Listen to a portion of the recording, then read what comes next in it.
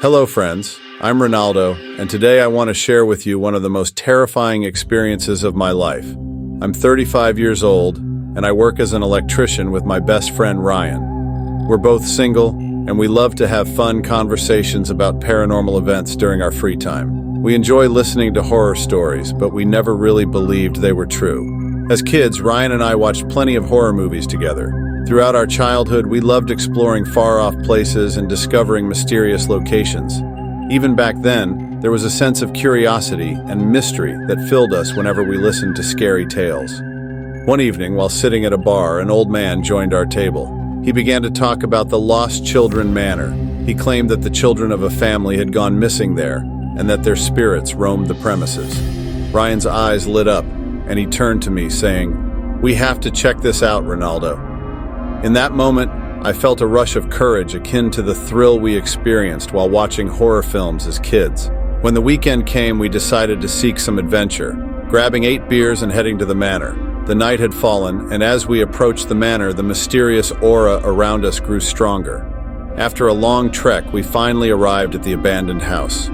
The door stood slightly ajar, and as we stepped inside, a musty atmosphere met us. "There's definitely something here," Ryan said, as my sense of curiosity mingled with unease. We wandered around the house, tracing the time lost among the old furniture and dust-laden dishes. Then we decided to put on some music and have a beer. While we were enjoying ourselves, a strange sobbing sound came from the kitchen. "Did you hear that?" I asked, and Ryan nodded. Feeling encouraged, we decided to investigate the source of the sound.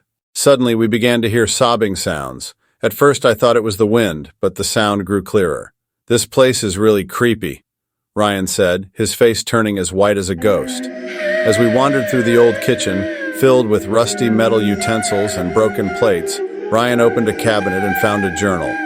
As he started flipping through the pages, we heard a child's voice call out from behind us, "Help me!" Our eyes widened in shock.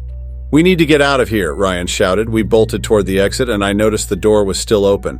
But at that moment, a shadow appeared in a dark corner. My heart raced. Was this the spirit mentioned in the story?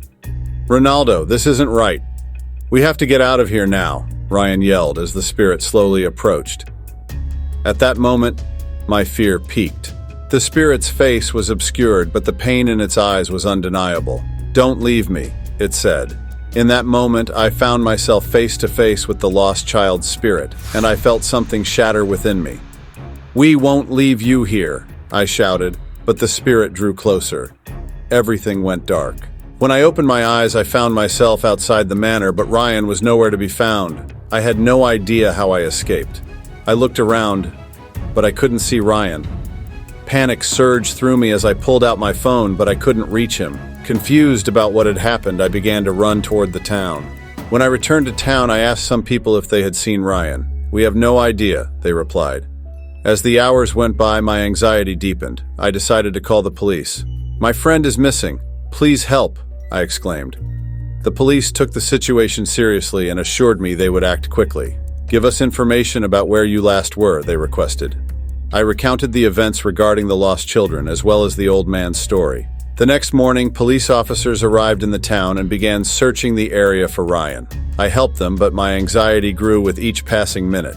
The police worked diligently to find Ryan, but by the end of the day, still no sign of him. Around 11 a.m., the police officials called me back to the station. "We found Ryan," they said. My heart raced. Finally, I had news, but I couldn't process how I felt about Ryan's condition. When I saw him at the station, I noticed how dirty he was and how disheveled he appeared. His face looked lost. "What happened last night?" I asked. But the police immediately intervened and said, "Let's talk about this later. He needs to undergo a medical checkup first."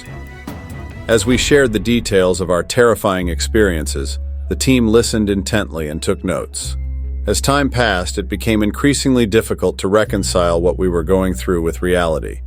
Throughout the day, townspeople began to discuss our ordeal. The legend of the missing children spread, and comments about what we had been through quickly circulated.